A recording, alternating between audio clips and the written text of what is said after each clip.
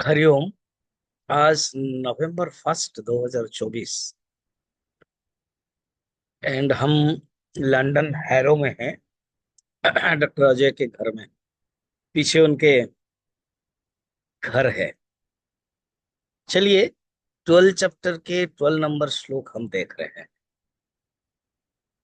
श्री भगवान उवाच श्रेयो हि ज्ञानमभ्यासात् ज्ञानाध्यानं विशिष्यते ध्यानात् कर्मफलत्यागः त्यागा शांतिरनंतरम।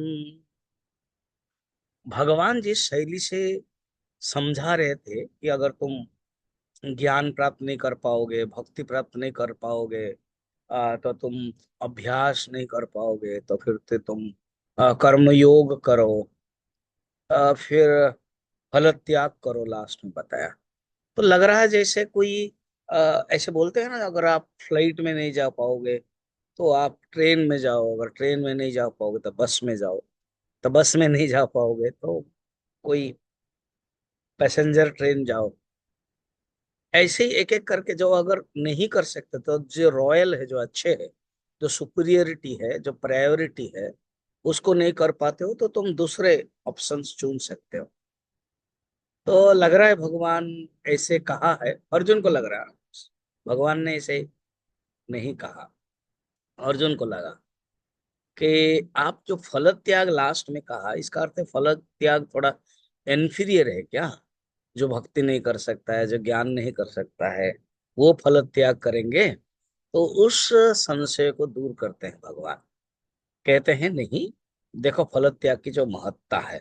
तो ये 12 नंबर श्लोक में फल त्याग की महत्ता करके भक्ति के जो सोपान है, भक्ति की जो महिमा है, वो क्या कंक्लूड कर रहे हैं। श्रेयो हि ज्ञानम अभ्यासा ज्ञानाध्यानम विशिष्यते ध्यानात् कर्मफल त्यागः त्यागा शांतिरनंतरम।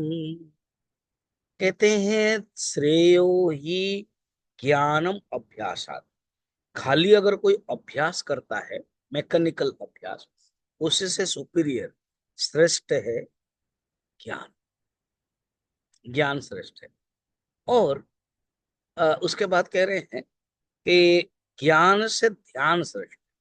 ध्यान का अर्थ है यहाँ पर ट्रांसफॉर्मेशन, ट्रांसलेशन, अर्थात जीवन में जो आप प्रैक्टिस करते हो, इट इज प्रैक्टिस। जरूर थ्योरी से प्रैक्टिस श्रेष्ठ होता है। क्या समझाया पॉइंट अभी तक? फर्स्ट कहते हैं कि अभ्यास जो करते हो वो मैकेनिकल जब रहता है, जैसे कोई तोता रटंतम कहते हैं, तो उससे श्रेष्ठ है तुम्हारा ज्ञान, नॉलेज। माने इंफॉर्मेशन टेक्नोलॉजी से नॉलेज टेक्नोलॉजी श्रेष्ठ है, और नॉलेज टेक्नोलॉजी से ट्रांसफॉर्मेशन टेक्नोलॉजी श्रेष्ठ है। यही कहना चाहते हैं। 3T है, 3 टेक्नोलॉजी है।